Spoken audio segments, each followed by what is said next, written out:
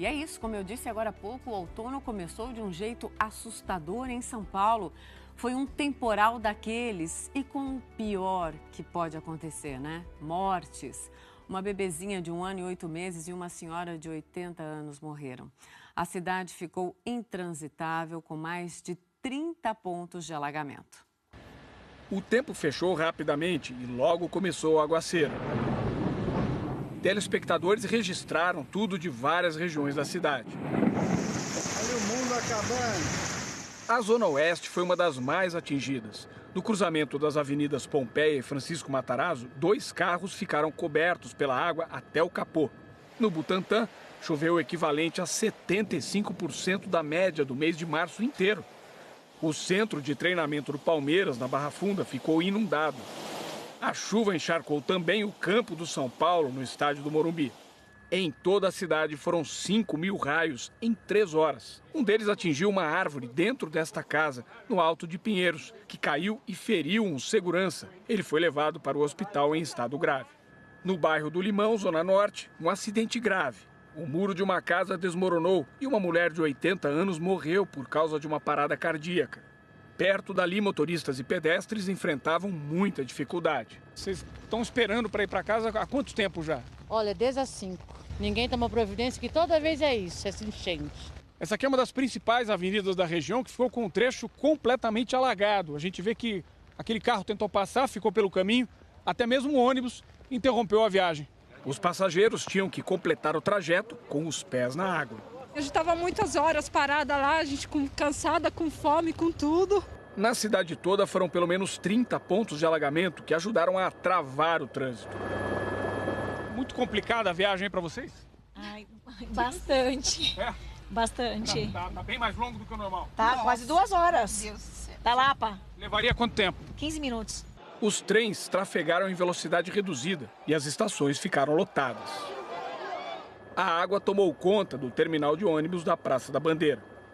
A Avenida 23 de Maio, que leva ao aeroporto de Congonhas, também ficou inundada. É o seguinte, o número de alagamentos foi atualizado e, segundo o Centro de Gerenciamento de Emergências da Prefeitura, foram 52 pontos.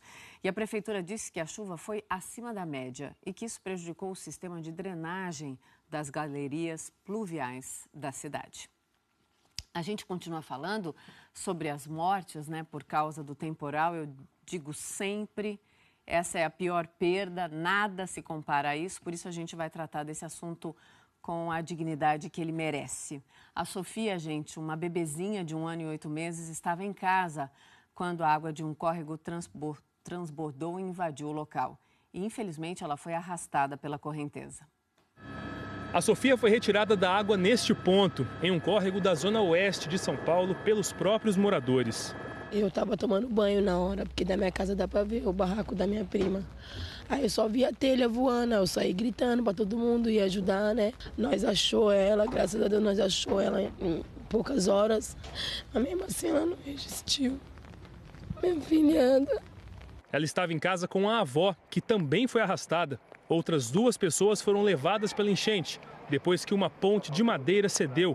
Nem a avó e nem as outras pessoas se feriram gravemente. Eu ainda tive que pular. Eu pulei, que se eu não tivesse pulado, eu tinha ido junto. Os barracos levados pela enchente eram mais ou menos como aqueles ali atrás, bem à margem do rio, e eles foram arrastados até este ponto do córrego, que é onde tem uma ponte.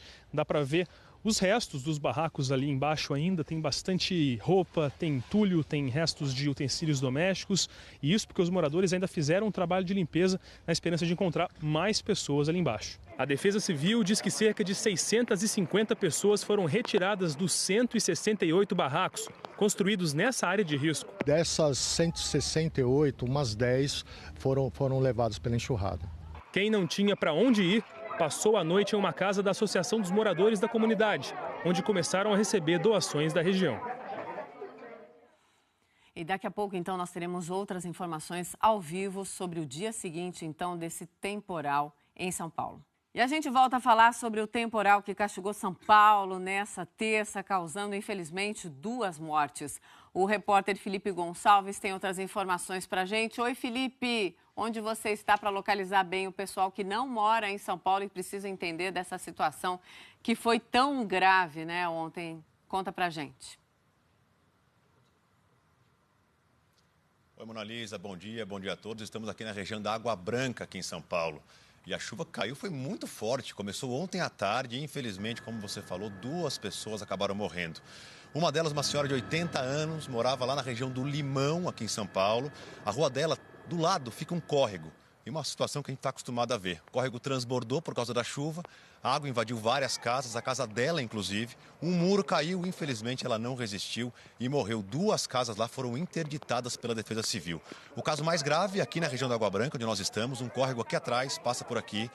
Também transbordou, levou pelo menos 10 barracos aqui.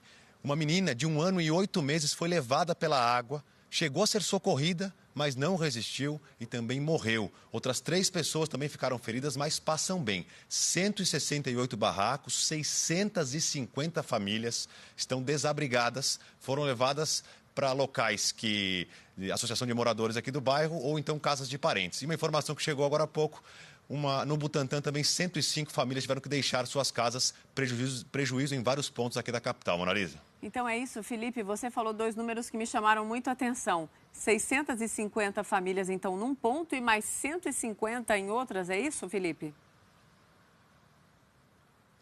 650 pessoas de okay. 168 barracos aqui na região da Água Branca e 105 famílias de 105 barracos lá na região do Butantã, aqui na capital também. É isso, é muita gente, então, começando essa quarta-feira com vários problemas. Claro, muito obrigada, Felipe, pelas suas informações. Tá, bom trabalho para você.